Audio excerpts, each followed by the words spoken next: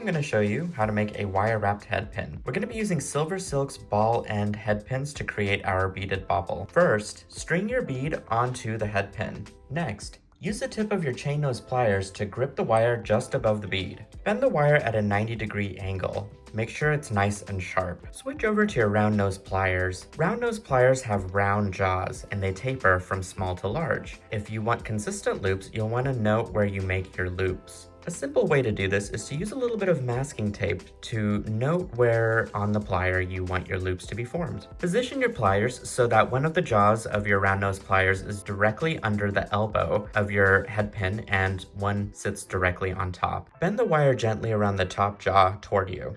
Reposition your pliers so that the bottom jaw is inside of the half-formed loop. Take the end of your wire and form it around to finish out your loop. If you want to connect your wire wrap loop onto a jump ring, you'll want to do it before you make the coils.